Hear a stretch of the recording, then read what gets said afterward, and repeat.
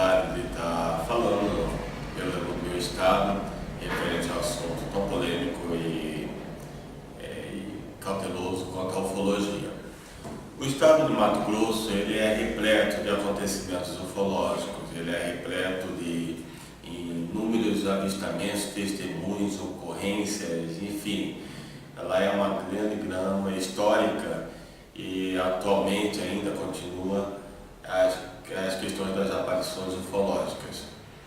E, lamentavelmente, muitas ocorrências que ali acontecem, muitas das vezes ali fica entre os testemunhos da população, dos fazendeiros, em especial do povo indígena mato-grossense. E me especializei mais na questão indígena mato-grossense, nessa inter-relação com os primitivos, entre aspas, que ali sobrevivem ainda, guardando muitas das culturas de antigamente, até o linguajar épico primitivo. E dentro desses acontecimentos indígenas, das lendas, dos mitos que ali ficam envoltos, ele é repleto de camuflagem ufológica. Claro, tudo ainda interrelacionado com a questão dos mitos, do folclore, das interpretações que eles fazem sobre as ocorrências, mas tudo com fundo ufológico. E quando o estudioso do assunto ufologia traz isso à tona, impressiona bastante, devido à marca histórica que se tem das ocorrências naquela região.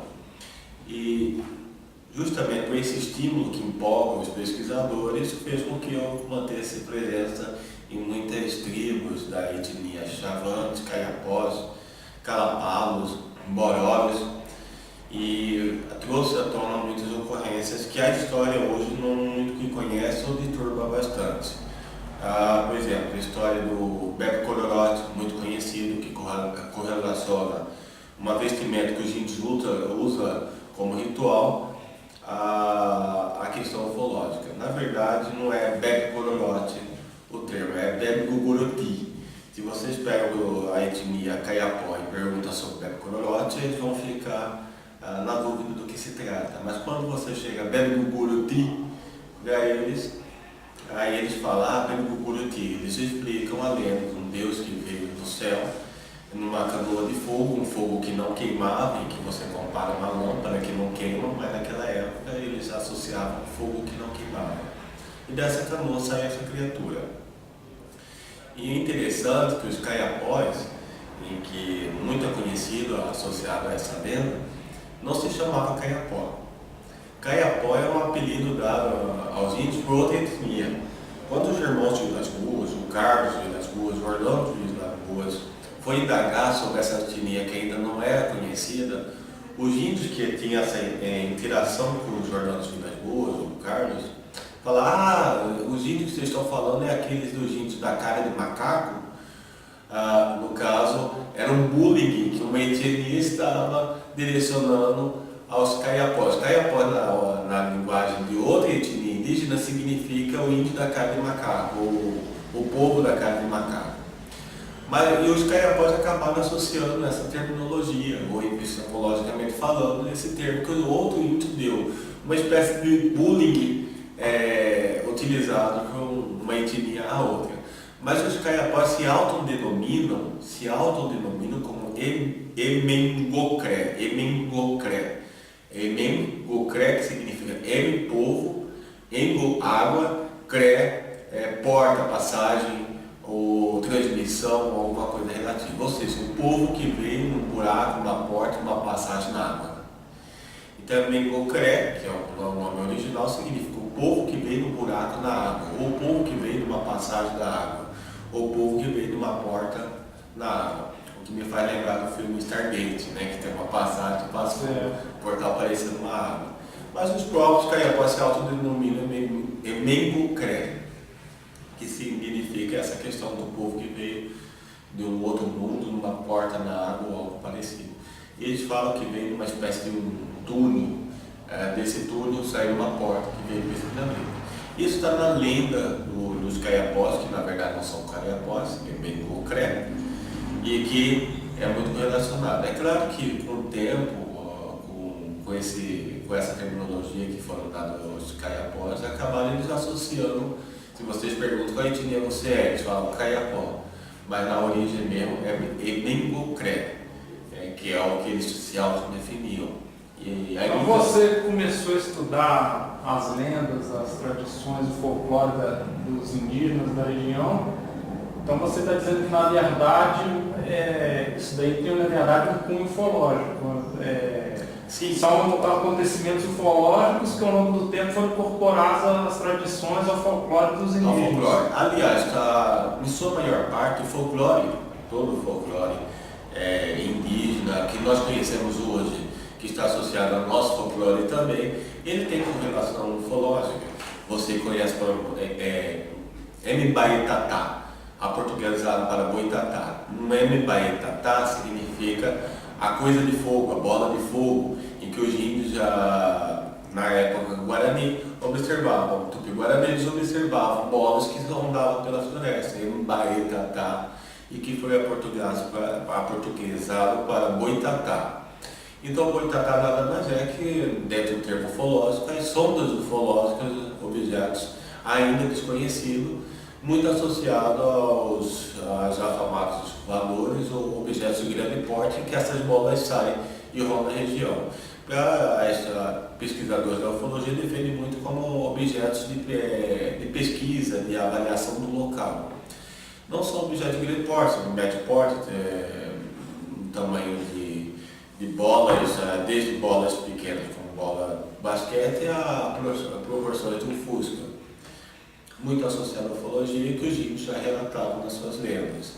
A cobra de fogo, em Cuiabá muito se fala da lenda também vinda dos índios, que é conhecida como minhocão, e inúmeras outras lendas folclóricas brasileiras estão correlacionadas.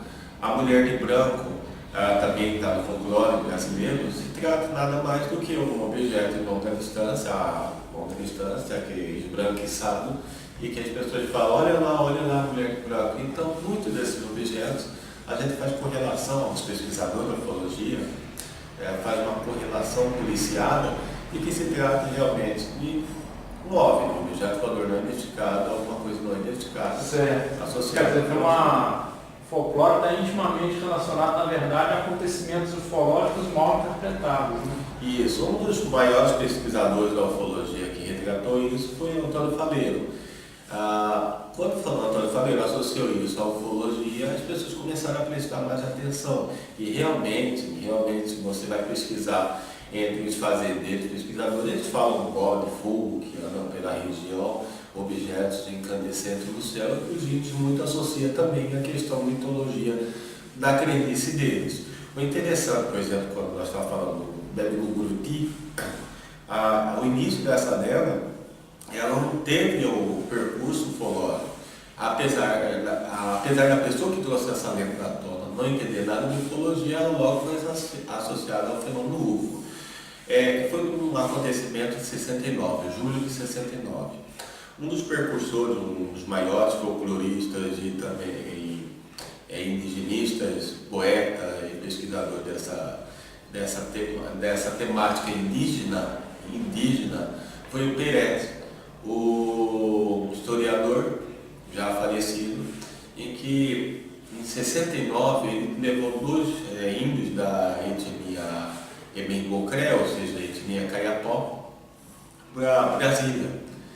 E aqueles índios na faixa etária de 14, 15 anos, não saberia precisar a exatidão, porque não tinha certidão de nascimento, né? Aqueles índios, eles chegaram espantados, né, em Brasília, ficaram lá com os pesquisadores, e muitas pessoas estavam em roda numa caixa mágica. E os índios, na curiosidade daquela pessoa em volta da caixa mágica, as pessoas estavam todas apreensivas com o acontecimento épico da primeira transmissão ao vivo, que seria o homem indo à lua. E os índios, encantados com aquilo, vendo que aquela caixa mágica aparecia pessoas, isso e aquilo, ficavam distante olhando. De repente, quando a televisão mostra os astronautas se preparando para entrar dentro do foguete. No que os astronautas vêm vestido caracterizado, os dois índios que foram com o Pelé, que estavam em Brasília, começaram a gritar assustados, apontando para a TV. Bebe Guguruti, bebe Guguruti, bebe Guguruti. Buriti. Então eles assustaram também as pessoas que estavam ali presentes. O Peretti, curioso, queria saber o que se tratava do Buriti. Com o tempo passando, ele foi levado para um ritual dos índios sobre o bêbado Buriti. O ritual se tratava de pessoas com vestimentas de palha semelhantes aos uniformes de astronautas, as vestimentas dos astronautas. E a semelhança era tanto que até o capacete feito de palha assemelhava. Então os índios acreditavam que aquele ritual que representava um deus para eles, em que a lenda diz que é um deus que veio do espaço e que ali conviveu com eles, voltando para o espaço, um dia dizendo que ia retornar, era aquilo que ele viu na televisão. Então quando ele viu um ser semelhante a astronauta na televisão, ele associou logo a lenda do deus deles e levou Peretti para verificar o ritual, para ele testemunhar o ritual deles sobre esse Deus que veio das estrelas. E aí Peretti publicou matéria sobre isso. Aliás, as fotografias desse ser, raro a fotografia, porque esse ritual é fechado entre os índios da região, o Peretti conseguiu fotografar. E muitas dessas fotografias rondou e ronda o Brasil, o mundo afora. Mas é claro que é de registro do Peretti. E essa fotografia chegou de uma pessoa que naquele tempo, em 69, estava no auge. A matéria do Peretti em 69, falando sobre o bebê Buriti, estava no auge. E quem captou aquelas fotos, viu aquela matéria, foi o Eric von Däniken, que tinha recém-lançado seu livro, estava no best-seller, e logo quando ele viu a foto e a matéria, ele logo associou a ufologia. Então essa lenda indígena reforçou muito a questão ufológica. Peretti o fez sem conotação ufológica. Quando Eric von Däniken viu a fotografia, logo deu a fama devida a essa pesquisa do Peretti, mas com cunho ufológico. E aí se criou umas pesquisas referentes a esses acontecimentos indígenas brasileiros, a ufologia. Em muitas culturas, o Raik tem essa questão de um ser que vem do céu, faz contato, passa conhecimentos. Isso tem nos sumérios, né? Tem nos maias, tem nos indígenas do Brasil. O Brasil não perde para nada. Você tem os incas, maias, astecas, enfim, várias referências a deuses que vieram do céu em seus mais diversos tipos de instrumentos que eles davam nome, né? Bola de fogo, é o sol que vem até a terra, carruagem de fogo e assim vai. Os índios brasileiros estão na mesma linha de argumentação. Se você pega os chavantes, mororos, caiapós, calapalos, eles falam a mesma referência de Deus vindo do céu. Os chavantes e mororos são etnias diferentes. Os chavantes não se dão bem muito com os mororos. Antigamente eles eram bem aguerridos, bem críticos, vamos dizer, de nossa argumentação com o outro. Os chavantes são mais aguerridos, é mais valente e era um povo mais sem medo. Os mororos um pouquinho mais acatados, mas os chavantes tinham medo dos mororos porque eles achavam que os mororos eram feiticeiros. Então, quando o mororo falava que ia mandar o feitiço, o chavante morria de medo e evitava atacar. São duas etnias diferentes, mas que entram num acordo. Ele fala de Deus que vieram do céu e que desse Deus vieram com eles semideuses. Na região do centro-oeste, em especial na região da Serra do Roncador, Barra do Garças, as etnias falam desses deuses e que esses semideuses seriam de cabeça desproporcional ao corpo, cabeça grande, com pés de 6 dedos, 4 dedos e 3 dedos. E que essa criatura vinha com os deuses. Os semideuses ficavam em determinado local e os deuses em lugares mais profundos, como se tivessem moradia em cavernas. E até hoje os chavantes morosos mencionam sobre essa lenda. E eles ainda afirmam na atualidade que esses seres conviveram e vivem na região, em especial em cavernas. Os semideuses viveriam entre a terceira e quarta galeria de cavernas e os deuses mais elevados viveriam mais profundo, na nona, oitava galeria em diante. Mas isso são lendas, se tem correlação com a realidade ou não, as pesquisas aí estão atrás. O curioso que arqueologicamente falando, um dado mais palpável, um dado científico, é que foi descoberto na região de Barra do Garças, mas em especial próximo à Serra Louca, onde é a Serra Azul, que é um lugar dos cuidados da aeronáutica, uma área que você só entra com a permissão da aeronáutica. Naquele lugar, até antes não era da aeronáutica, no começo da década de 80, ali foi encontrada uma gruta que dá o sugestivo nome de Gruta dos Pezinhos. Uma caverna que é a diferença entre caverna e gruta. Caverna ele tem uma abertura no outro local. Gruta ele vai e não tem uma abertura. Então você entra e você não sabe para onde vai. Ela continua. Mas atualmente ela está praticamente fechada. Com o tempo ela foi fechando com desmoronamento e tal. Mas os antigos falam que ela era aberta. E por toda aquela gruta há pegadas petrificadas. Mas pegadas petrificadas, o que é curioso nisso? É que as pegadas todas são de 4 dedos, 3 dedos e 6 dedos. É como se criaturas de pequeno porte andassem na lama, caverna dentro, e que aquilo ali com o tempo ficou e petrificou. E ali alguns falam que não é na verdade pegadas, são inscrições, outros falam que são pegadas. Aí essa polêmica entre a arqueologia.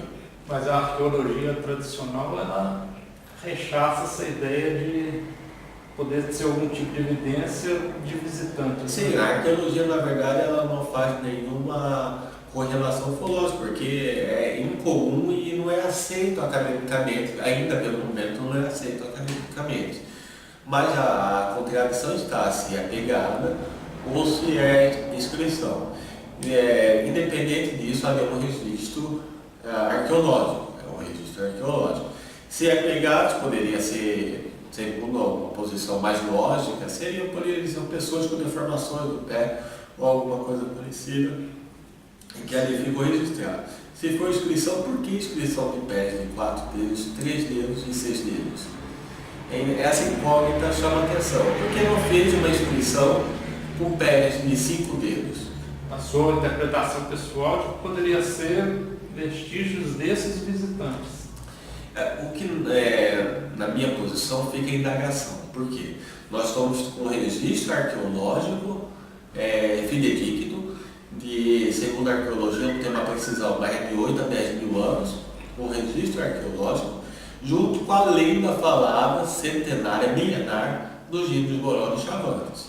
Então, se você correlacionar a argumentação falada durante milênios dos índios Boró e Chavantes, criaturas de cabeça desproporcional ao corpo, com pés de 6 dedos, 4 dedos, 3 dedos, e de repente, na década de 80, que essa lenda já era antiga de descobrir a caverna, e que no início da década de 80 a caverna foi descoberta e dado o nome de Gruta dos Pezinhos, você faz essa correlação e entra no mundo da estatística.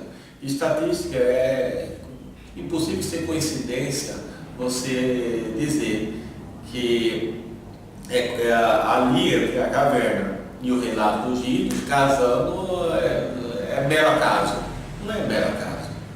É uma coincidência impressionante, coincidência entre aspas, que leva a um dado estatístico que fala, não, peraí, até que ponto o relato dos índios são lendas, até que ponto é uma realidade, até que ponto é mito, até que ponto podemos correlacionar com a verdade.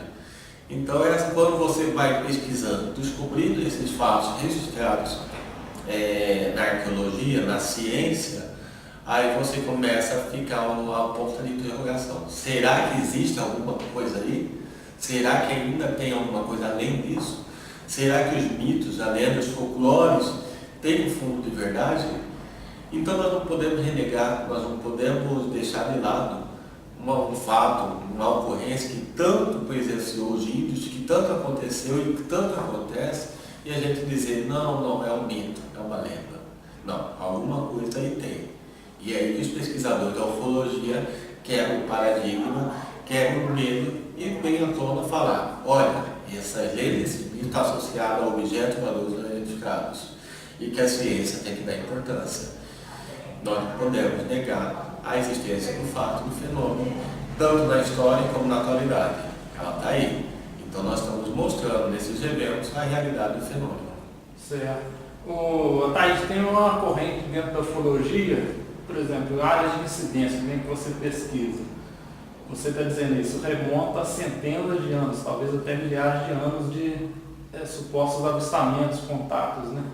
Tem uma corrente que defende que, na verdade, não seriam seres de origem de outros planetas, poderiam ser seres de dimensões que, de certa forma, coexistem com a nossa e que, por isso, eles aparecem ao longo aí de centenas, milhares de anos. O que você acha dessa possibilidade?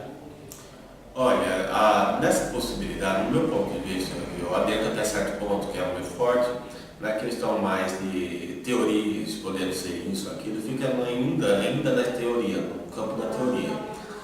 O campo da teoria não é meu campo de atuação, na teoria no sentido, na teoria do achismo, né? Quando você tem um respaldo mais científico, é o meu campo, é onde que você vai procurar alguma coisa.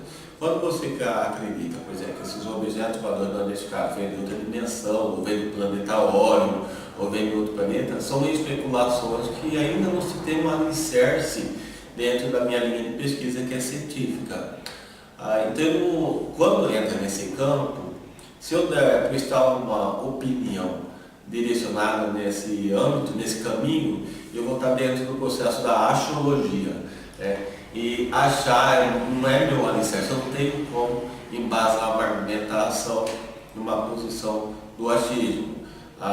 Quando realmente eu consigo respaldo alguma coisa dentro do âmbito da lógica, da ciência ou algo relativo, aí sim eu dou um respaldo. Não, eu te fiz essa pergunta porque um outro fórum famoso uma vez me disse o seguinte, e é até interessante a argumentação dele, ele disse o seguinte, os ufólogos querem que necessariamente sejam seres de outros planetas. Eles parece que automaticamente já não consideram nenhuma outra possibilidade que não a de seres vindos de outros planetas. Parece que há uma necessidade assim, psicológica até talvez a argumentação dele realmente seja nesse âmbito, da necessidade de achar alguma coisa. Mas as pessoas esquecem que a ufologia é o estudo de objetos voadores não identificados, não necessariamente extraterrestre, coisa relativa. Leva-se a pensar que sim, é uma inteligência não terrestre. Se é uma inteligência não terrestre, não oriunda da nossa tecnologia, do nosso povo, da nossa correlação, é alguma inteligência extraterrestre. Quando a revoada dos UFOs de 86 aconteceu lá, são OVNIs sim, são objetos voadores não identificados. Mas isso prova que são extraterrestres? Não. Eles provam que houve um acontecimento inusitado que muito leva-se a supor de seres não terrestres. Se é seres não terrestres, é seres extraterrestres. Do ponto de vista científico, a gente não pode dizer que é OVNI, a gente não pode dizer que o OVNI é um objeto mais nada extraterrestre. Isso, mas o curioso é que a ocorrência de 86, a revoada dos OVNIs no Brasil, aconteceu no próprio relatório, a aeronáutica diz. São sólidos, eles andam informação e são inteligentemente guiados. Se são sólidos, andam informação e são inteligentemente guiados, leva-se muito a amparar a ufologia no âmbito de uma inteligência não terrestre. Se nós, até na nossa modernidade, na nossa tecnologia, não conhecemos nenhum equipamento que voe nessa velocidade, que faz movimento brusco, parada brusca, movimento de 90 graus, não é um fenômeno atmosférico, não é um fenômeno natural. Então, só pode ser um objeto que a gente desconhece como guiado por uma inteligência. Se é guiado por uma inteligência, que inteligência é essa? Então, as indagações, as filosofias, criam as correntes de teorias, suposições. E a mais forte é que são seres extraterrestres. Isso é porque não estão na Terra, não é do nosso conhecimento até o presente momento. Então, leva-se a supor extraterrestre. Mas extraterrestre de outros planetas, extraterrestre de mundos paralelos, algo assim, não sabemos, não podemos afirmar uma teoria de forma fidedigna. Mas que o fenômeno é uma realidade, o fenômeno UFO é uma realidade. Supõe-se, na grande probabilidade de ser extraterrestre, se nós temos amparo de argumentação, amparo de defesa comprobatória de que há grande suposição de ser extraterrestres. E o que nos leva da maior alicerce nesse mundo de pesquisa é quando você tem pessoas fidedignas, pessoas com argumentações impressionantes, que falam que já teve contato direto com os seres de outros planetas. Mas até que ponto é psicológico, até que ponto é real, até que ponto é imaginário? Isso. Aí nós temos um mundo grande para se pesquisar. É bem verdade, muito bem verdade, que 95% tudo é erros de interpretação, paranoia e outras questões relativas. Mas é esse 5% que nos interessa. É esse 5% que faz nos estimular a pesquisar a realidade do fenômeno. E olha que eu estou sendo otimista. Vamos tirar aí 3%, viu? Para deixar os ufólogos mais otimistas, eu vou jogar 5%. Você é psicólogo, é psicólogo, é parapsicólogo. Qual é a sua opinião sobre o uso da hipnose regressiva na pesquisa ufológica? A hipnose, ela é um assunto polêmico ainda mais no uso na área das pesquisas, porque hoje em dia a hipnose está sendo utilizada como um instrumento de entretenimento e não como instrumento profissional. A minha primeira crítica referente ao uso da hipnose, ela tem que ser feita por pessoas autorizadas a utilizar a hipnose. Nós temos as pessoas responsáveis pelas questões, por lei, acompanhando os seus conselhos, os seus devidos conselhos, no meu caso, o Conselho Regional de Psicologia, no caso da Medicina, o Conselho Regional de Medicina, no caso da Odontologia, o Conselho Regional de Odontologia. São esses 3 profissionais que podem usar a hipnose: psicólogo, médico psiquiatra e odontólogo. Odontólogo para fins anestésicos, unicamente. O psiquiatra, o médico, para fins da questão psicoterápica, na questão do psiquiatra psicoterápico. Ou na questão realmente de anestésico também. Tem pessoas que têm alergia à anestesia comum, coisa rara, mas existe, e que eles usam a hipnose no processo de anestesia. E também usa a hipnose, a medicina, no caso psiquiatra, na questão terápica, na questão do psiquiatra, que é grupos de terapia ou que auxilia numa terapia profissional, como médico psiquiatra. E o psicólogo, o instrumento da psicoterapia. Esses são os profissionais que têm todo um amparo, toda uma força de lei, uma força que rege, que averigua, analisa a atuação do profissional. O hipnotizador tem que ter muito cuidado também para não induzir quem está sendo hipnotizado. Isso, gradativamente eu ia entrar nessa questão, porque além de um profissional que usa hipnose que não conhece psicologia, ele não tem um preparo suficiente para entender que o próprio processo de hipnose você pode induzir a outra pessoa a acreditar que foi abduzido ou algo parecido. E a situação se torna mais delicada quando você se apresenta como ufólogo. Então, inconscientemente ou conscientemente, a pessoa já fica propensa a levar seu rol de raciocínio, a mente humana aí para um caminho de fantasias ufológicas, de fantasias até um pouco egocêntricas de que foi uma pessoa especial, que foi levado por outros seres ou algo relativo. E isso não é difícil, a mente humana é cheia de surpresas. Então, se eu induzir uma pessoa a acreditar que ela foi levada para outros planetas, se isso empolga o inconsciente, o próprio consciente dela, ela vai adentrar na argumentação de que foi levado para outros planetas. Então, a polêmica se centra nisso. Até que ponto pode ser real o processo de hipnose, até que ponto que não. Então, a briga de argumentações vai ficar envolto dessa situação. Mas a questão da hipnose, ela tem que ter um amparo e acompanhamento, cada um pelo seu conselho profissional. E são esses 3 profissionais. Mas se for realmente para a questão regressiva, usar a hipnose como regressão hipnótica, são dois profissionais, que é o psicólogo e o psiquiatra. Psicólogo e psiquiatra. Fora esse rol, são especulações de outras pessoas, ou o mercado, ou o meio mercantilista que usa hipnose como cursinho básico para a pessoa sair aplicando para qualquer lado. Mas você, na sua opinião de psicólogo, de parapsicólogo, as memórias que são afloradas ali do suposto abduzido, essas memórias, claro, como profissional habilitado, aquilo ali para você serve de evidência ou não serve de evidência? Se for apenas na argumentação verbal, não serve de evidência. O que você tem é um relato, é a alegação dele. Mas a partir do momento que aquela alegação, que aquela hipnose trouxe dados consideráveis, eu vou dar um exemplo. Caso Beth Barney Hills. Beth Barney Hills, até o primeiro momento, a primeira hipnose, fala que foi levado para o serviço extraterrestre, fica a argumentação deles. Mas a partir do momento que alguém desafiou falar o que você está vendo agora, e ela vê todo o universo, uma constelação, e fala, desenha para mim, e aquele desenho é feito com a pessoa hipnotizada, você tem um dado ali interessante. Que posteriormente, com aquele desenho do universo que ela viu uma tela, ela, segundo o relato, ela foi levada para a nave, os seres mostraram o universo para ela em 3D, dimensão isso na década de 60 para 70, não me recordo, mas ela viu o universo e a pessoa que estava hipnotizando falou, desenha o que você está vendo, e ela desenhou.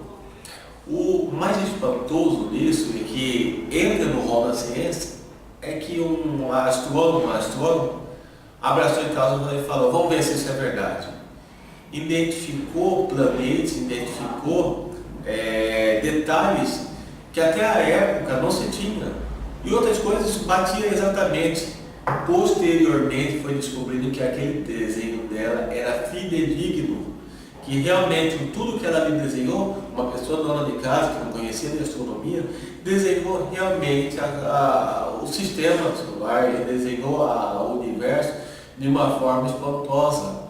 Então, quando você pega um dado que, comparado com essas correlações, mostra que ela estava certa no desenho dela, que ela mostrou uma prova de uma ocorrência, aí sim a ciência não pode falar, não, isso é coincidência, isso é coisa da imaginação dela, não tem como você tentar separar isso. Você não acredita então que o fenômeno da abdução ocorra na intensidade, na quantidade que é divulgada? Você acredita que dentro a maioria dos casos para você tem explicação então? Sem dúvida, pode ter certeza que a minha especialidade é mente humana. Eu sei que a mente humana ela tem a capacidade, voluntária ou involuntária, consciente ou inconsciente, de mascarar e às vezes até mesmo criar situações. Isso aí não é raro, é uma coisa rotineira. A mente nos engana rotineiramente.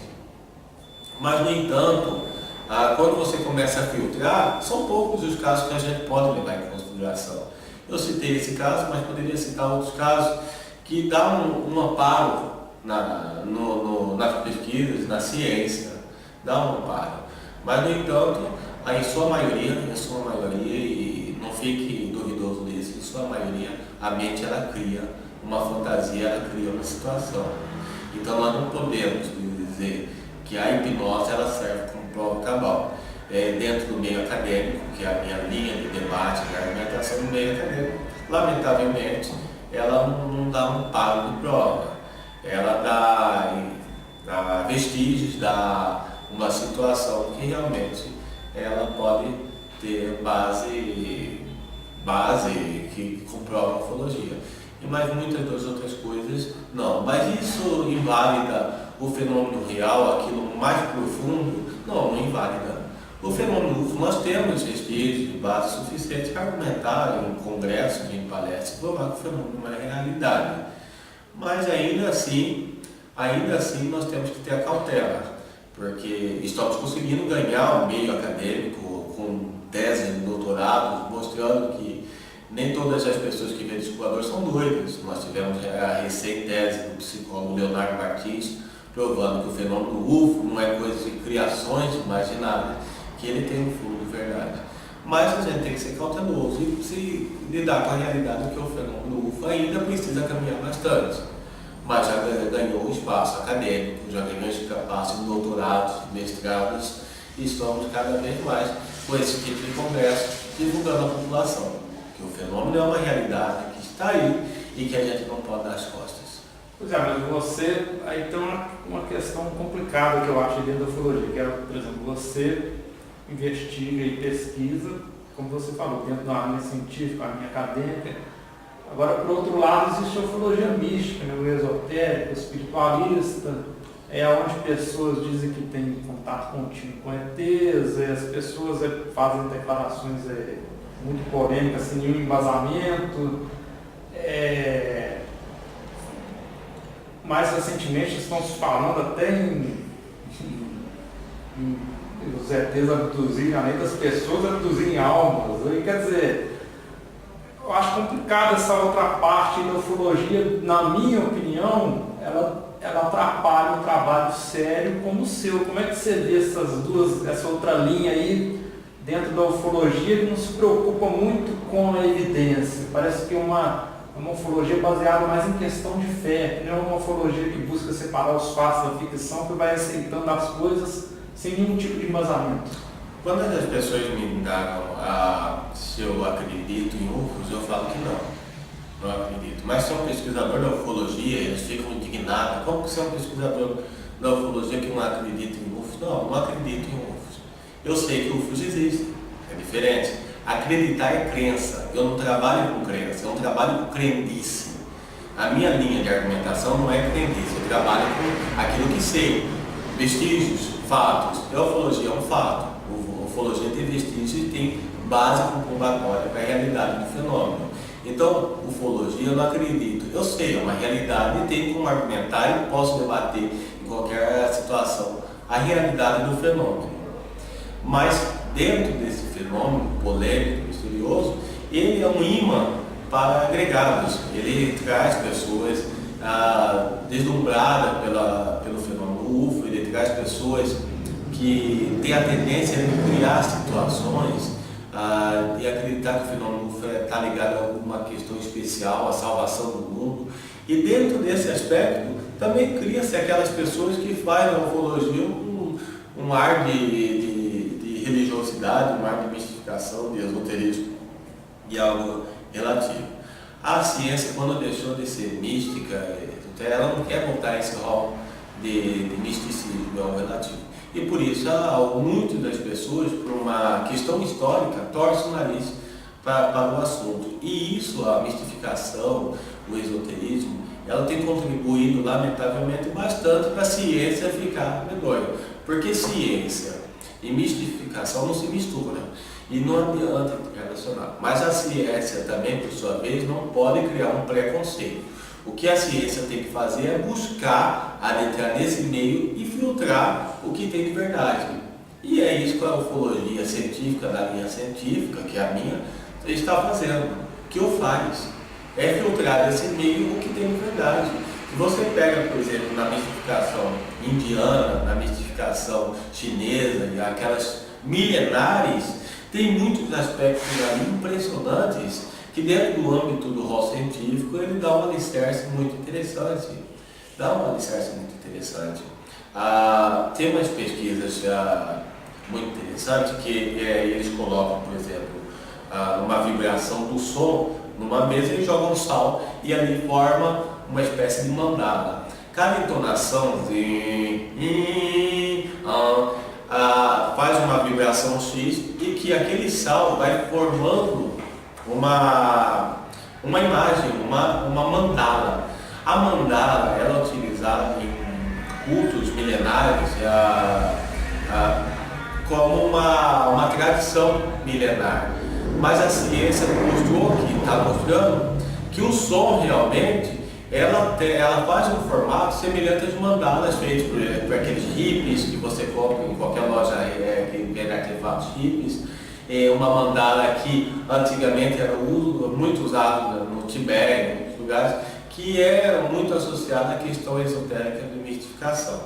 E o curioso é que a entonação que faz criar aqueles saltos de formação geográfica de mandala e coisas relativas, ela é semelhante aos mantras também milenares que se usam. Então, quando você pega um som que faz aquela imagem e vai fazendo a imagem, é o mesmo mantra utilizado.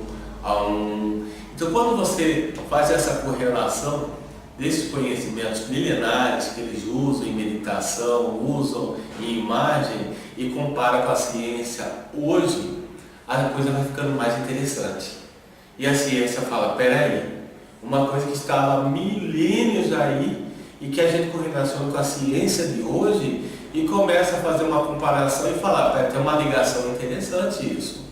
Aquilo que é tido como questão esotérica, mística, comparada com a ciência começa a ficar abismada.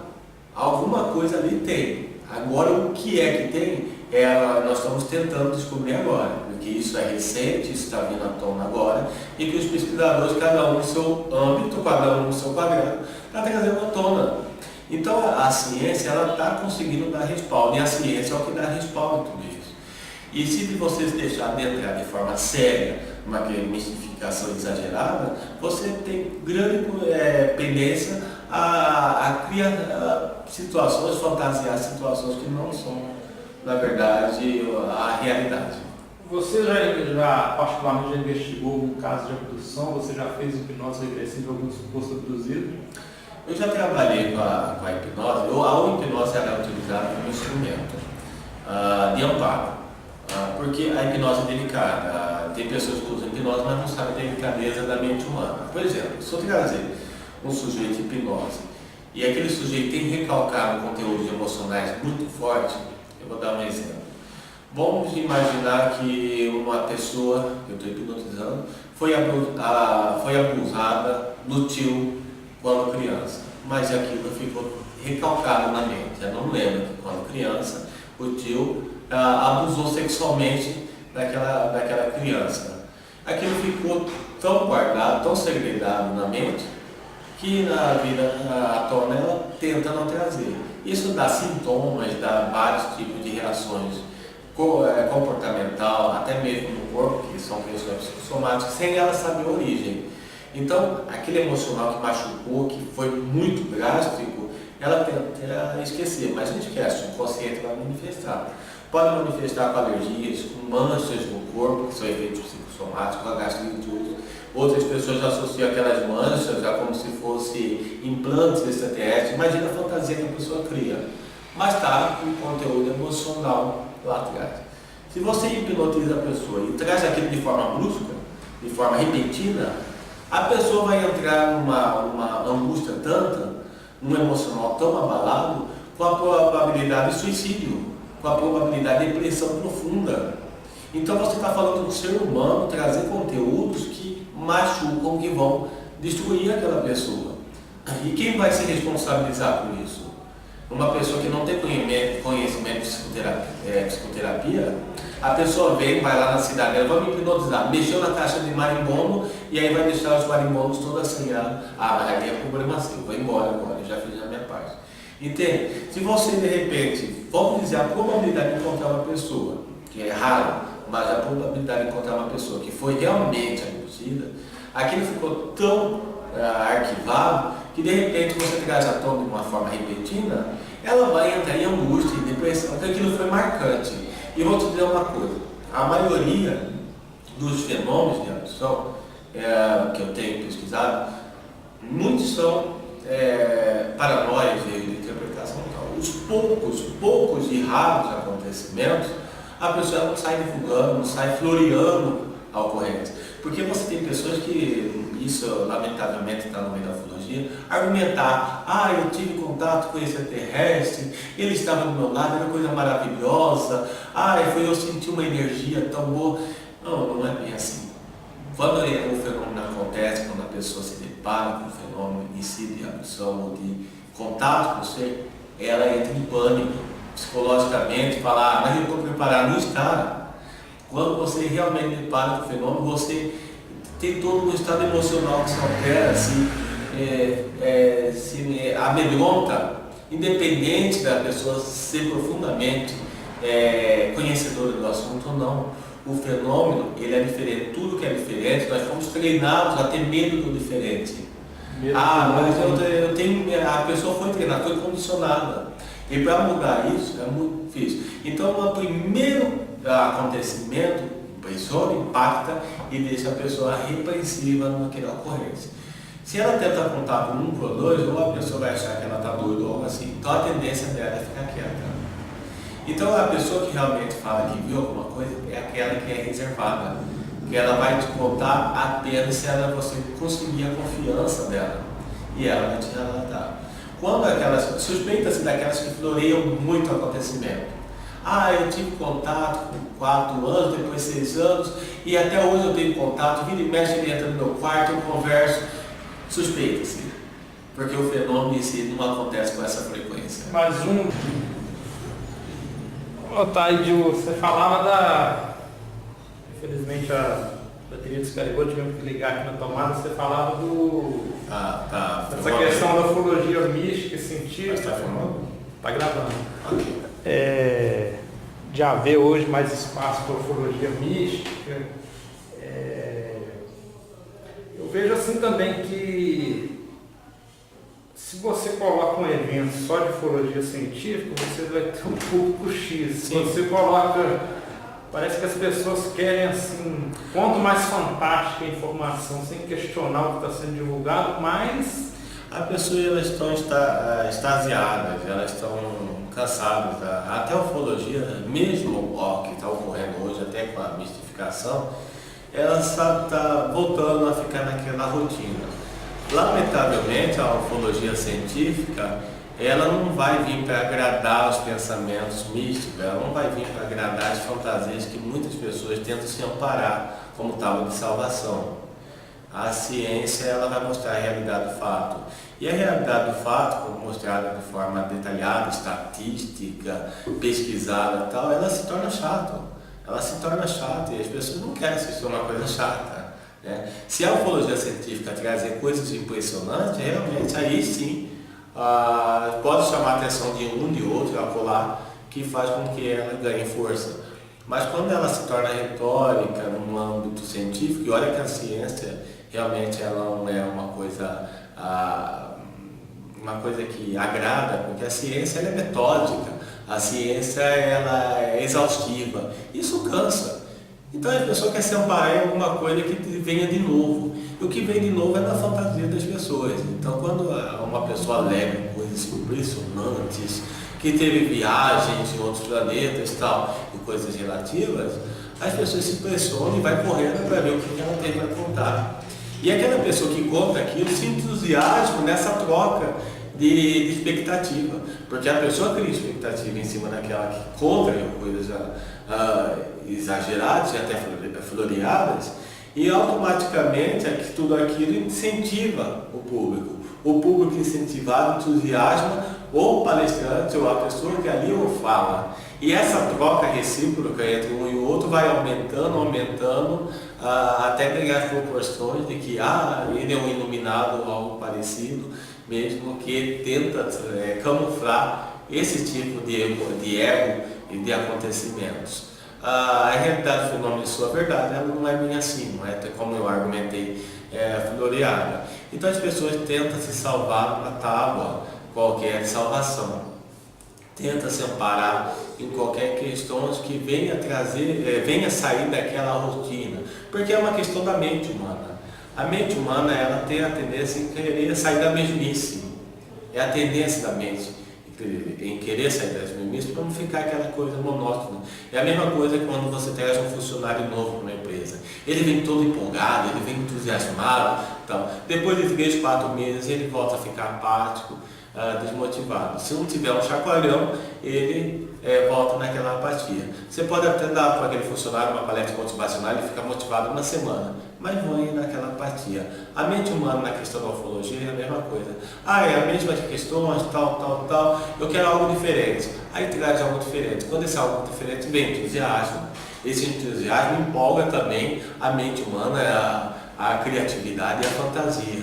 Então essa pessoa adentra nesse mundo e às vezes se perde nessa fantasia, às vezes exageradas. Estou dizendo que tudo é fantasia? Não, é por isso que há necessidade dessa pessoa chata que é o cientista, para verificar daquilo lá o que tem de verdade, mesmo que seja uma questão chata, mas é um chato necessário, é um chato que precisa estar nesse meio. Então a ufologia ultimamente ela está abrangendo um leque de opções para outros, para sair dessa questão apática, mas o chato tem que estar lá, a ciência tem que estar lá para verificar, vai com calma, isso aqui é exagero, e vai ser a maioria. E pode ter certeza que a ciência vai ser chata e vai falar lá, lamentável amigo, mas aqui não é mentira, lamentável amigo, aqui não é exagero, lamentável amigo, por trás daqui tem uma história daquela pessoa que te vai decepcionar.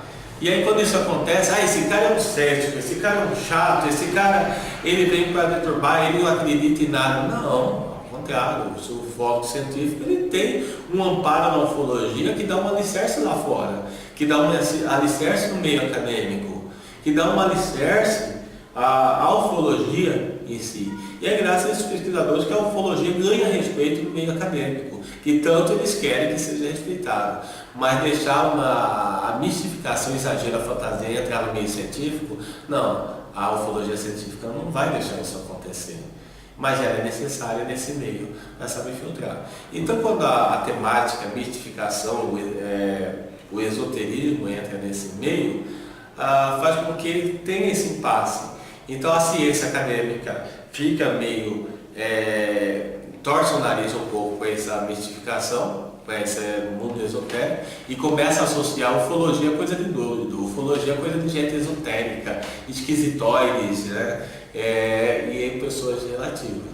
E aí a ufologia séria fica meio triste por causa disso, porque eles tentam ganhar o respeito, mas quando adentra muita fantasia, é o que impressiona muita gente, realmente deixa de ganhar um meio acadêmico. Certo. Ô Thaírio, você é psicólogo, né, parapsicólogo, tinha uma questão que eu queria levantar com você. Perto da minha cidade, São João del Rei, não vou aqui citar a cidade, nem quem pesquisa, porque, né, por questão ética. Tem um local onde há muitos avistamentos e tem uma coisa que me chama a atenção dos avistamentos, que são as pessoas relatam seres com uma espécie de um sobretudo, uma roupa, uma espécie de roupa mesmo parecido com roupa de padre, ou de monge, ou de freio, e um capuz. E nessa localidade as pessoas são muito religiosas. Até que ponto a religiosidade nesse caso aí pode influir no que a pessoa vê, no relato da pessoa? É uma abordagem bastante extensa a ser dialogada, porque dependendo do contexto pode ser uma questão realmente criada pela religiosidade local ou pode ser um fenômeno ufológico associado à religiosidade. Pode ser um fenômeno de um ser, um humanoide, algo relativo, não sei o contexto, mas associada à mistificação, assim como foi a questão das aparições da Virgem Maria em Fátima, também associada à questão da mistificação, que poderia ter correlação com a ufologia. Porque cientificamente falando, de milhões de testemunhos que juraram que o Sol desceu à Terra, isso fisicamente, dentro da ciência, é inaceitável. Mas quando você tem do ponto de vista que o que desceu da Terra foi um objeto voador não identificado e não o Sol, aí, com milhões de testemunhos que viram isso, realmente eles associaram um fenômeno ufológico à questão de um milagre, que o Sol desceu à Terra, uma questão religiosa. E mesmo porque os testemunhos, no relato ali guardado, na questão do catolicismo, a questão lá em Roma, no país católico, eles têm lá arquivado e registrado o seguinte: eu vi uma menininha bonita, pequena, falando conosco, com umas aparências que não representavam nada a Virgem Maria. O que leva-se a pensar, suposição, que eles pegaram o relato das crianças, do que eles viram, como é a presença da Virgem Maria. Então o assunto vai se tornando mais polêmico ainda, mais polêmico, porque um fenômeno testemunhado por milhões de pessoas, acontecido, e 3 crianças que viram os seres, elas não afirmam que viram a Virgem Maria. Em nenhum momento Quem faz essa afirmação é o meio religioso católico, que transformou uma abordagem totalmente em prol dos pesquisadores da ufologia, que não existia na época, a questão trouxe para a questão religiosa. Se fosse no dia de hoje, realmente seria muito impressionante no âmbito da ufologia. E outra coisa interessante de Fátima é que é o seguinte, as previsões da Igreja Católica, ela divulgou quais eram as previsões depois dos fatos acontecerem, quer dizer, ela procurou encaixar a previsão no fato que já havia ocorrido, entendeu? Mas é uma questão assim que a gente não pode definir como uma verdade, não tem, fica entre aquilo que eles guardam, a nossa entrega de acordo com a vontade deles, se é aquilo ou não, se as previsões são fidedignas ou não, eles não dão esse detalhe, né? Só posteriormente eles entregam, mas até que ponto é verdade ou não? Por que não foi entregue? Se já aconteceu, por que não poderia ser entregue? Entende? A questão é mais polêmica, é mais profunda, mas é essa questão da crendice, da religiosidade, do meio, da questão cultural, interfere muito, de forma demasiada no fenômeno. Você, com relação a fenômenos mediúnicos, reencarnação, você crê em reencarnação, você é reencarnacionista? Não, eu sou científico, a minha linha é científica. Eu não defendo nem apoio, eu sei os pós e contras, estudo os pós e contras e sei que a mente é capaz de produzir coisas fantásticas. Mas nesse aspecto, o que se torna curioso nesses estudos é que quando você encontra milhares de coisas que contraria o fenômeno da reencarnação, você também encontra um monte de coisa que te deixa com a pulga atrás da orelha. E aí se torna interessante o estudo da parapsicologia, tanto da parapsicologia e da ufologia, é quando você encontra aquela pouca porcentagem de verdade que te deixa com pulga atrás da orelha. E é isso que faz gerar combustível para os pesquisadores científicos. Então, se você se decepciona muito com muitas questões mentirosas, erros de interpretações, paranoia, histeria, obsessão ao assunto.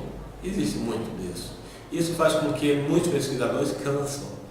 Mas quando ele se continua e se depara com alguns fatos que faz com que ele fique impressionado, é o combustível para que ele continue pesquisando.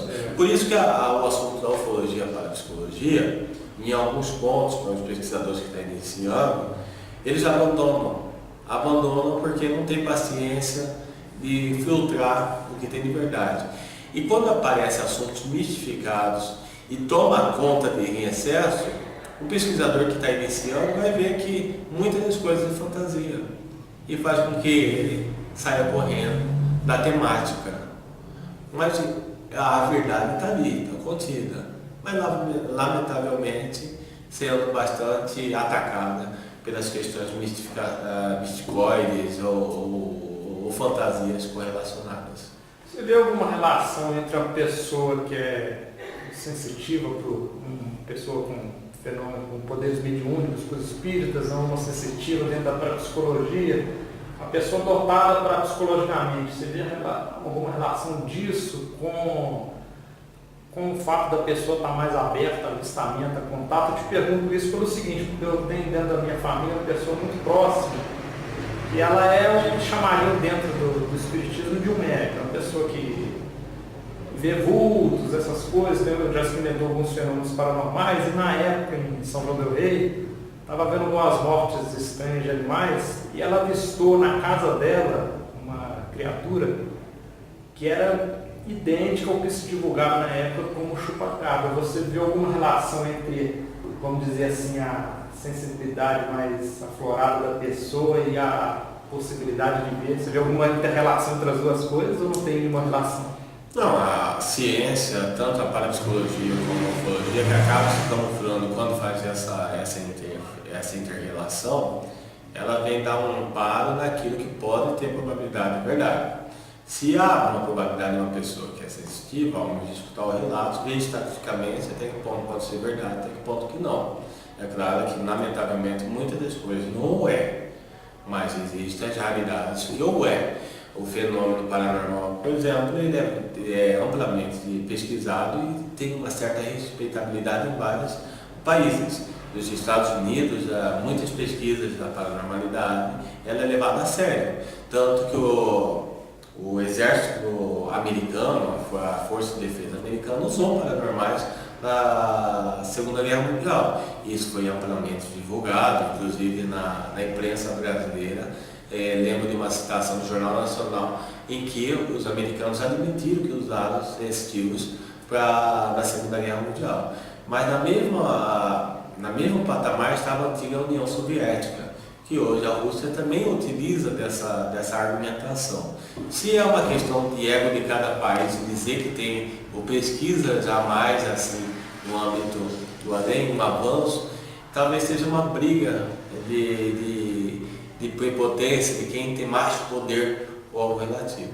Mas existe a seriedade de pesquisar em várias universidades atualmente. E no Brasil, gradativamente também sendo acoplado a algumas universidades. Mas, lamentavelmente, o Brasil tem uma posição que não é neutra. O Brasil está tendo uma posição cética, que a parapsicologia no Brasil é defendida em várias linhas de pesquisa. Tem a parapsicologia católica, que é a parapsicologia do precursor da parapsicologia do Brasil, que é um grande estudioso pesquisador, que no meu ponto crítico, que eu estrago é que ele tem uma posição religiosa, que é o Padre Quevedo, a parapsicologia católica, a parapsicologia quevediana. Tem a parapsicologia espírita, que tenta amparar as suas argumentações, suas pesquisas no âmbito, as suas pesquisas no âmbito de vista espírita, que também é muito impressionante e muito interessante, em que eles tentam se alicerçar na ciência muitas coisas do espiritismo. E quando eles mostram algumas coisas lá que deixam o queixo caído, a gente fica, mas será? Até que ponto é verdade? Tal. E tem a parapsicologia cética, que é chamada psicologia anomalítica, encabeçada por Hector Zangari, Dr. Hector Zangari, mas ela não é neutra, no meu ponto de vista. Ela é uma parapsicologia que ela vem para criticar, para buscar ceticismo até onde o ceticismo não consegue alcançar. Então, quando a parapsicologia dele, que usa o ceticismo, questionando tudo, que deixa de ser neutro, porque ela vai ser tendenciosa a aniquilar qualquer assunto, até chegar num ponto que não tem como questionar. E é o que ele está fazendo. A parapsicologia do Hector Zangari é interessante, sendo apoiada pela Universidade de São Paulo, a USP. É interessante porque ela ganha no meio acadêmico, porque ela traz aquele assunto que ele descarta todas as questões que o ceticismo tentou barrar e que passa no rol do anomalístico, no rol da parapsicologia, mas espantosamente de uma forma bem filtrada. Então, quando ele chega a afirmar alguma coisa, ou tentar teoricamente afirmar alguma coisa, ele está amparado em pesquisas exaustivas céticas, até achar um ponto de um assunto ou outro que intriga a ciência. Um bom parapsicólogo tem que ter conhecimento de mágica também. Sim, o Hector. Porque eu vi um documentário recentemente, até no Netflix, documentário sobre um cético americano, não lembro o nome dele agora, ele já falecido. Um dos que ele investigou foi o Uri Geller. Aí no documentário mostra como os cientistas, inclusive PhD da Universidade de Stanford, foi enganado por truque praticado pelo Uri Geller. Mas nesse assunto ainda é polêmico, né? Porque a posição da mágica, vamos dizer que o fenômeno Uri Geller seja uma realidade, que eu não estou afirmando. Vamos dizer que ele mesmo admite, Uri Geller, que num show ou outro, por indução, por entusiasmo, ele acabou enganando. Mas até hoje ele afirma categoricamente que não, em outros, a maioria deles, ele não enganou. Mas isso cai por terra, né? Porque quando você tem uma vida fidedigna, você faz uma coisa errada, todas as outras formas honradas que você fez cai por terra. E essa é a maneira crítica de cair em cima do Uri Geller, né? Mas ele continuou depois daquilo ainda tentando mostrar que o fenômeno dele é uma realidade e tal. Então tem muitos que hoje defendem e os céticos que não defendem, levando em consideração o mágico que reproduz o que ele faz, ou algo semelhante, que faz com que falar que o Uri Geller tudo que ele faz é um mágico. mas isso há uma diferença. Há uma diferença entre eu mover um objeto realmente de forma real com a telecinesia e uma diferença do mágico fazer a mesma reprodução com mágica. Então, não é porque ele fez uma mesma reprodução com mágica que a que o Olivieri usou seja a mesma forma de fazer aquele objeto mover. Nesse documentário é interessante que dois céticos, eles... vou até te passar depois o nome desse documentário, é interessante você ver.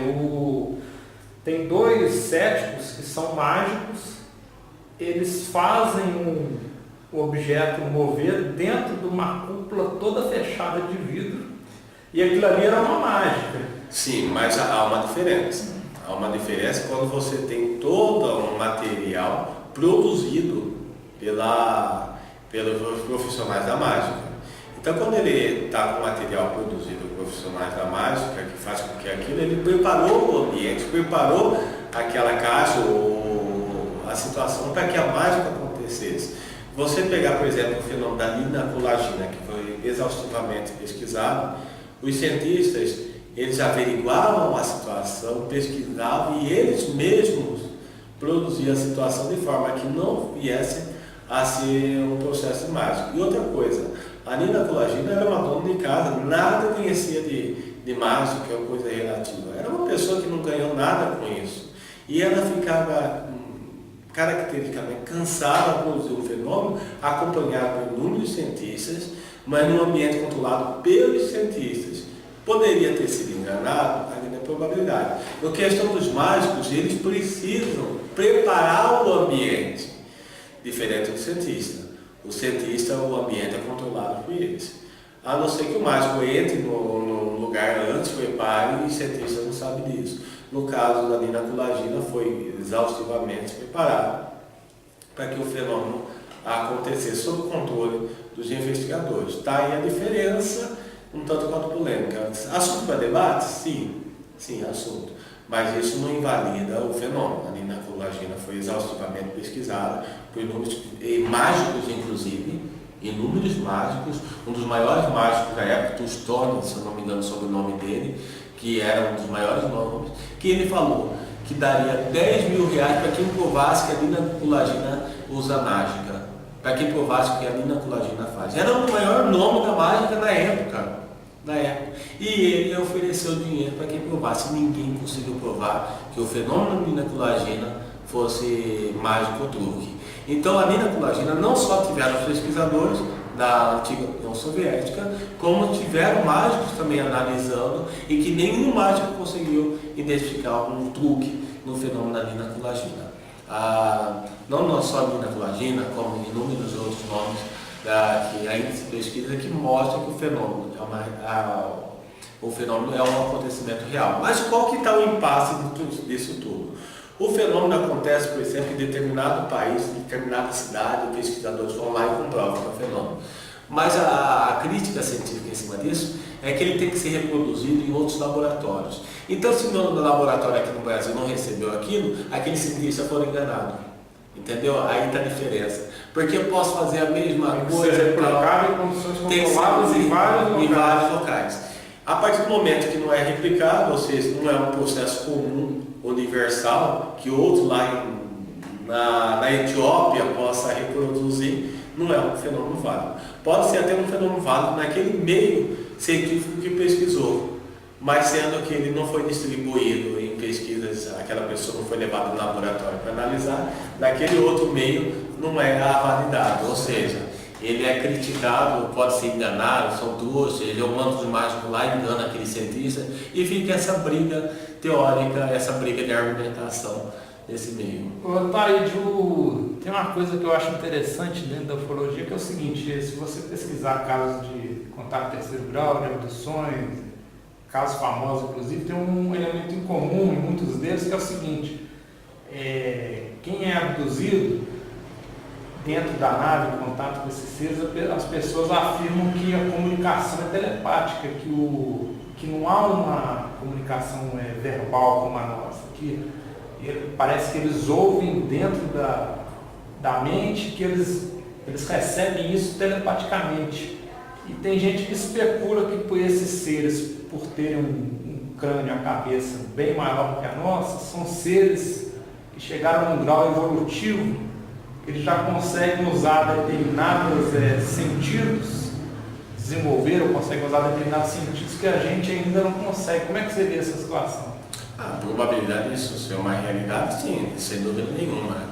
A evolução, a adaptação vai de acordo com a questão do mundo. Por exemplo, a evolução, a adaptação do ser, ela tem que ser adaptada de forma que você possa sobreviver ou continuar o processo de sobrevivência da espécie. Tem pesquisas curiosas, por exemplo, com coelhos, em que vê a questão do batimento cardíaco de uma coelha mãe, pega os filhotinhos e afasta. Em determinado horário, alguém em uma outra sala mata o filhotinho, a aceleração cardíaca do coelho acontece naquele exato momento. Como que aquele coelho conseguiu identificar que o filhote dele foi morto em outra sala? Isso a ciência ainda não sabe. Assim como a direção de algumas aves migratórias, os cientistas não sabem como que eles conseguem se guiar para ir em determinada direção ou algo relativo. Então existe alguma coisa por detrás de tudo isso que guia essas questões. O próprio Freud, nos seus ensaios da psicanálise, ele tem umas argumentações bem interessantes, que entre as argumentações dele, como a psicanálise e a telepatia, sonhos e a telepatia, o inconsciente e a telepatia, ele aborda muito de interação que ele teve com os pacientes, que os pacientes captaram conteúdos pensantes dele, que ele não sabe identificar como e tenta buscar uma explicação. Na teoria dele, ele argumenta o seguinte, que o processo de telepatia era muito provável existir com mais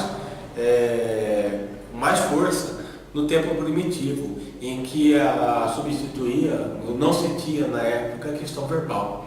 Então, por isso não ter uma comunicação verbal, o processo de identificação, de comunicação, se dava mais por vias de captação telepática. É muito interessante essa teoria dele. Mas, no entanto, com o acréscimo da comunicação verbal, nós atrofiamos uma capacidade e substituímos por outras. É bem interessante isso, porque se você comparar uma pessoa cega, uma pessoa que não tem a visão, ele desenvolve outras habilidades que uma pessoa tida normal não tem. A habilidade de identificar se uma pessoa entrou na casa ou não, ou se a pessoa está nervosa ou não, apenas pela entonação da voz, se a pessoa está passando bem ou não, apenas pela entonação da voz. Então ele passa a desenvolver uma outra habilidade de adaptação. Então, conforme for realmente o processo de adaptação de um ser, um ser diferente, ele pode desenvolver uma outra capacidade de interação, assim como os animais. Você tem embaixo do mar, até um tempo atrás, algumas décadas atrás, acreditava-se que não existia vida abaixo de 2 quilômetros de fundura, e lá tem animais, tem peixes com iluminação própria. Ou seja, eles aprenderam a adaptar naquela região, criando-se iluminação própria. Nós temos animais, insetos que eu vejo, que eu acho impressionante, que imita a folha. Nós temos aquele bicho conhecido como bicho de pau, mas imita a folha de uma forma impressionante, que foi um processo de adaptação que se arranjou. Outros lagartos que imitam a cobra, que quando aproxima um animal, ele faz a aparência de cobra. Como que a natureza consegue fazer com que esses animais se adaptem a essa situação? Assim como acontece com os animais, nós somos o reino animal também, pode acontecer com o homem. Obviamente, isso é uma questão lógica, científica. Então, há grande probabilidade dessa evolução acontecer. Mas o que acontece? Nós estamos atrofiando as nossas capacidades e adaptando conforme a nossa realidade. O que é a nossa realidade? É o que está acontecendo. Vamos pegar um exemplo, o celular. O celular é uma característica que a pessoa está deixando de usar o cérebro para ficar tudo dependente do celular. Fica tudo direcionado ali. Então, até um tempo atrás, vamos fazer essa comparação mais no meio da evolução momentânea, até um tempo atrás, quando você não tinha celular, você identificava o telefone de todo mundo. Então, qual que é o telefone da sua mãe? É tal, lá fixo. Qual que é o telefone do seu irmão? Tal, qual que é o telefone tal? Hoje, se você perde o aparelho celular, você não tem telefone de ninguém. Hoje, de certa forma, a gente está deixando de usar o raciocínio, deixando de usar... Sem dúvida, nós estamos deixando de usar o pensamento. Hoje está tudo pronto e acabado. Se está pronto e acabado, eu só devo me acomodar e me adaptar ao que Eu está. me lembro, na minha época, você tinha que fazer um trabalho, uma pesquisa na escola, a gente ia na biblioteca, pegava os livros, pesquisava. Hoje não, o estudante vai no Google, vai na internet e pega o trabalho pronto. E o mais impressionante, que hoje é aceitável os trabalhos digitados, eles pegam, copiam e colam. Não se dá nenhum trabalho de ler aquilo. Eu acho que as pessoas estão emborrecendo, então. Sim, no meu ponto de vista, assim, outros vêm criticando e falam, não, não. Nós estamos atrofiando nossa capacidade de pensar. Antes nós vamos pegar. Você acha que isso pode ser você falou dos seus trabalhos científicos. Vamos fazer uma comparação relativa. Antigamente você tinha cálculos matemáticos e as perguntas já eram mais complexas. Seu Beltrano comprou tanto de produtos, tirando 100%, tirando 30% de lucro em cima de não sei o que, calcular, não sei o que, tal. Você tinha que fazer todo aquele cálculo para conseguir uma resposta. E com o passar do tempo, aquela pergunta passou a ser mais amena. Fulano tal comprou tanto produto, vendeu tanto, quanto por cento vendeu? Aí vai facilitando, até chegar o momento da década de 90, perguntar e você escolher qual é a resposta certa. Então você escolhe qual é a resposta certa. É a resposta A, B ou C. Está tão fácil agora que agora é sim ou não. Você põe sim ou não. A facilidade está tanto que só falta agora dizer. Você só dizer que é negro, índio ou pardo que você já passa e não precisa responder. É o que está acontecendo. Mas você acha que isso tem por trás disso, você vê algum interesse nas elites, em quem domina o planeta, de manter as massas cada vez mais alienadas, mais burras? Ou o processo é resultado de uma questão que as pessoas estão deixando de pensar nesse sentido, ou realmente para controlar a sociedade. O ser não pensante, aquele que é camuflado, que acha que pensa, ele é dominado facilmente.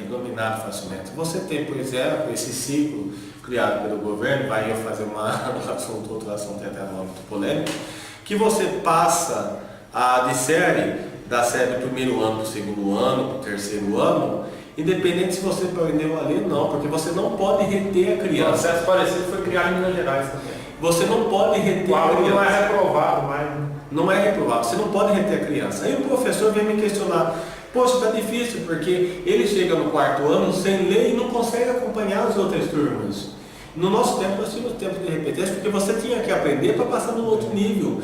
Mas o que isso acontece? É uma forma de camuflar o analfabetismo no Brasil, para falar, nossa, nossos alunos já estão no terceiro ano, quarto ano, ou seja, estatisticamente o Brasil saiu no mundo de analfabetismo. Não é verdade. É uma forma de mascarar o analfabetismo no Brasil. E é o que está acontecendo. Se você comanda esse povo aí que fica deslumbrado, estou no quarto ano, mas não sei nem escrever, estou no quarto ano, mas eu não sei fazer aquilo, isso é isso porque a educação brasileira melhorou. Não, é uma forma de fazer você se contemplar uma coisa que não é verdade.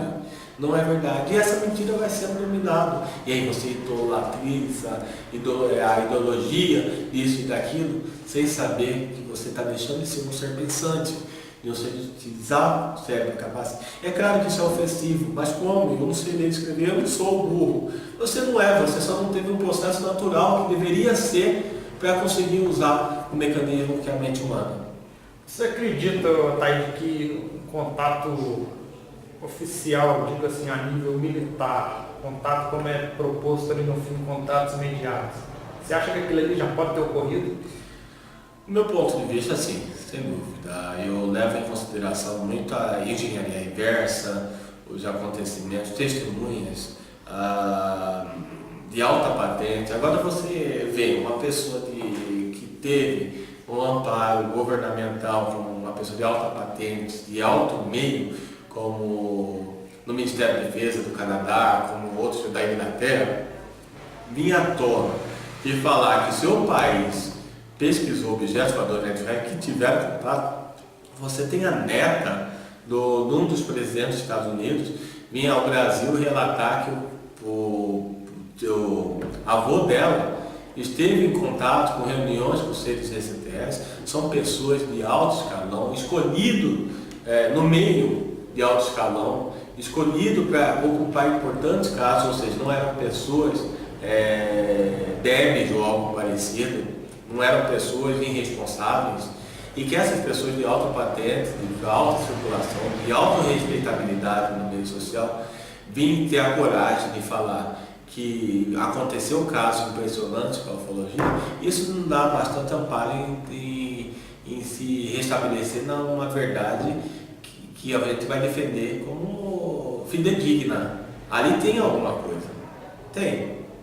Mas infelizmente não nos é permitido acessar essas informações. De uma certa forma até com razão. Nós não estamos preparados para uma informação de tanta envergadura.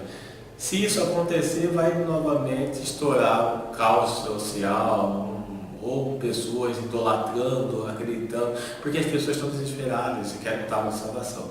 Se a ciência, os pesquisadores falar, existem discipladores, estão aí, muitos podem ter certeza que muitos vão começar a se ajoelhar e pedir salvação deles. E realmente seria o ideal, eles virem com condições de nos salvar, porque nós estamos precisando. Ô, Thay, você tem um livro agora que está à venda, Nas Fronteiras do Psiquismo, né? Nas profundezas do Isso, psiquismo. Nas Profundezas do Psiquismo. Eu queria que você falasse um pouquinho sobre o conteúdo desse livro. Queria te agradecer demais pela entrevista. Um assunto fascinante, podia ficar aqui 2, 3 horas conversando. As pessoas que quiserem adquirir esse livro, como é que faz se você quiser divulgar aí o seu site, o seu telefone, você fica à vontade nesse momento. O livro Nas Profundezas do Psiquismo, Segredos Ocultos de Você Mesmo, editora KCM, é um livro que retrata o poder da mente, a capacidade da mente, uma argumentação científica, em que mostra detalhadamente inúmeros pesquisadores retratando esse assunto tão polêmico que adentrando gradativamente na psicologia, na neurociência e depois na parapsicologia, provando que o fenômeno da parapsicologia é amplamente estudado e que o fenômeno existe, é uma realidade, está aí presente no meio. É uma argumentação científica, mas de conteúdo bastante cativante, que prende a leitura do leitor do início ao fim. Realmente eu fiz uma escrita de forma que eu conseguisse prender, que as pessoas começassem a ler e não terminasse a leitura enquanto chegasse ao fim. Era empolgante, a leitura é empolgante. Você lê uma coisa, se impressiona, quer ir logo para outra página e tal. E as pessoas que quiserem adquirir o livro, podem entrar em contato comigo pelo número 65DDD 99753436. Segundo a operadora, vai acrescentar mais um 9 aí. Então, se pelo momento o telefone é 6599753436, se não der certo é porque a operadora mandou acrescentar mais um 9 no início da ligação. Então, se um número não der certo, você acrescenta mais um 9, fica 999753436. Você quer deixar seu e-mail também, se alguém quiser? E-mail para contato, pessoas que queiram escrever ou convidar para uma palestra, lembrando que eu não cobro nada pela minha atuação. Qualquer convite em qualquer parte do país ou até fora, estou aí à disposição, sem custo nenhum. E-mail ataide_ferreira @outlook.com.br. Repetindo, ataide_ferreira@outlook.com. ataide_ferreira@outlook.com. Taíde, eu queria te agradecer pela entrevista, pelo tempo que você cedeu. Eu te peço desculpa pelo momento que por um descuido meu, a bateria acabou, nós tivemos que ligar a fumadora na tomada, mas porque é o seguinte, eu tenho participado de eventos aí no mínimo 1, 2 por ano, e como é que fala? A gente tem um projeto de, não é entrevista, né? Seria o quê? Um bate-papo informal sobre ufologia, não tem roteiro, não tem a pretensão de ser uma entrevista, é um bate-papo de ufologia. Já fiz isso com o Petit, com o Faleiro, com o Zé Estevam, com o Arthur, com o Paulo Werner. Você, se não me engano, é o 5º fórum que já participa, e te agradecer demais porque às vezes a gente procura determinados ufólogos e eles não aceitam, entendeu? Participar de pesquisa, e você graciosamente, gentilmente aceitou participar, cedeu aqui mais de 1 hora, sei que você estava ocupado aí com eventos e outras atividades, queria te agradecer demais. E essa entrevista vai ao ar para o canal João Marcelo, a gente tem quase 7 mil seguidores, vai para o Dailymotion e vai para o blog ETs, etc. Okay, muito obrigado pela entrevista. Eu agradeço, a honra é a minha, não só a minha, como do do Estado de Mato Grosso, representando o Estado nessa questão da ufologia e parapsicologia, e que estou à disposição para qualquer pessoa interessada na temática, querer dialogar sobre o assunto ou me convidar para alguma atuação, e para mim é como convidar macaco a comer banana, ou seja, eu gosto da questão. E aquelas ufólogos que têm a dificuldade ou têm um certo receio em dialogar sobre o assunto, eu faço o meu processo de sensibilização. Vamos lá, a população precisa saber da realidade do fenômeno UFO, e que quando você receber um convite para divulgar o trabalho da ufologia, vamos divulgar de forma séria, fidedigna, a realidade desse fenômeno. As pessoas precisam saber que o fenômeno UFO está aí presente e que nós temos a função de esclarecer a opinião pública sobre essa realidade. Muito obrigado.